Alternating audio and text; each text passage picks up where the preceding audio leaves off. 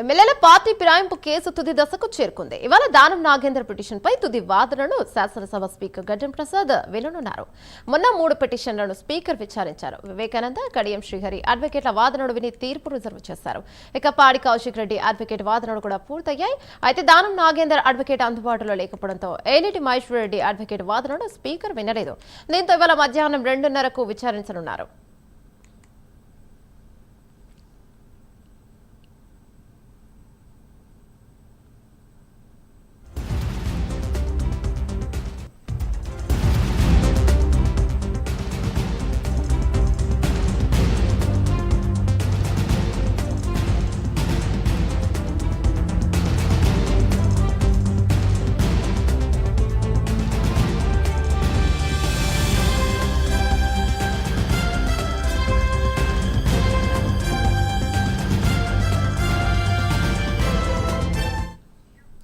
ఎమ్మెల్యేల party ఫిరాయింపు case తుది దశకు చేరుకుంది. ఇవాళ దానం నాగేందర్ పిటిషన్ పై తుది వాదనను శాసనసభ స్పీకర్ గడ్డం ప్రసాద్ విననున్నారు. దీనిపై మరింత సమాచారం మా కరెస్పాండెంట్ అజీం అందిస్తారు. రైట్ అజీం, చెప్పండి.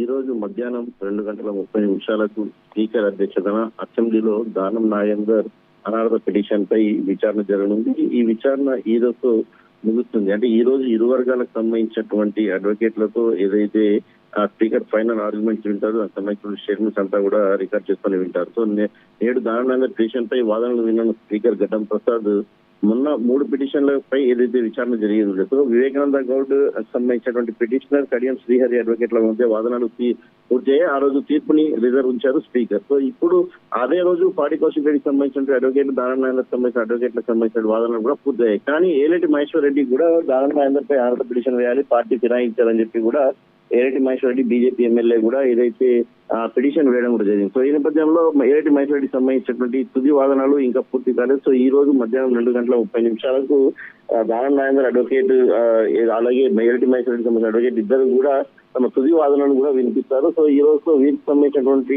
ఏదైతే వాదనలు కూడా పూర్తవుతాయి. దీనికి సంబంధించిన స్టేట్మెంట్ రికార్డు కూడా స్పీకర్ చేసుకొని దానికి సంబంధించిన తీర్పును కూడా రిజర్వ్ లో ఉంచుతారు. ఉంచి మరొక రోజు అంటే రామనగరంలో ఏదో ఒక రోజు స్పీకర్ దీనికి సంబంధించినటువంటి ఇద్దరి విషయంలో కూడా ఒక ఫైనల్ తీర్పు ఇచ్చేటువంటి అవకాశం కూడా ఉన్నట్టు మనకు ఏదైతే అసెంబ్లీ వర్గాల నుంచి కూడా సమాచారం ఉంది. మొత్తం 10 మంది పార్టీ ఫిరాయించినటువంటి ఆరోపణలు ఎదుర్కొంటే ఇప్పటికే 8 మందికి స్పీకర్ ఏదైతే తీర్పు ఇచ్చారో ఇందులో వారు 8 మందికి కూడా ఏదైతే క్లీన్ చిట్ ఇవ్వడం కూడా జరిగింది. 8 మందికి సంబంధించి అందరూ కూడా బీఆర్ఎస్ ఎమ్మెల్యేలుగా, నియోజకవర్గ ఎమ్మెల్యేలుగా కొనసాగుతారు. వారు కేవలం సీఎం ని మర్యాద పూర్వకంగా కలిశారు, పార్టీ కనుక ఎక్కడ తప్పుకోలేదు, అభివృద్ధి కోసమే కలిసామని చాలా స్పష్టంగా చెప్తున్నారు. అలాగే బీఆర్ఎస్ నుంచి సస్పెండ్ చేయలేదు, వారికి సంబంధించిన జీతభత్యాలు కూడా ఇంకా ఏదైతే బీఆర్ఎస్ ఎల్పీకే కట్ అవుతున్నాయి. సో ఈ నేపథ్యంలో వారిపై అనర్థ పిటిషన్ వేయడానికి ఎక్కడ కూడా సరైన కారణాలు లేవని చెప్పి కూడా పిటిషన్ కొట్టివేస్తూ వారికి క్లీన్ చిట్ ఇచ్చారు. సో ఈ ఇద్దరి మధ్య సంబంధించినటువంటి దానిపైన కొంత లాజికల్ పాయింట్స్ ఉన్నాయి. వీరిద్దరు ఏదైతే కడియం శ్రీహరి తన కుమార్తెకు సంబంధించినటువంటి కాంగ్రెస్ వ్యూహంపై మద్దతుగా సంతకం పెట్టడం, దానం నాగేందర్ సికింద్రాబాద్ కాంగ్రెస్ ఎంపీగా పోటీ చేయడం, ఇలాంటి కొన్ని లిటిగేషన్స్ ఉన్నాయి. ఈ నేపథ్యంలో స్పీకర్ ఇద్దరు విషయంపై ఎలాంటి తీర్పు తీసుకుంటారు అనే ఒక ఆసక్తి ఉత్కంఠ అయితే ఇటు తెలంగాణ రాజకీయాల్లో నెలకొంది. Thank you Azeem.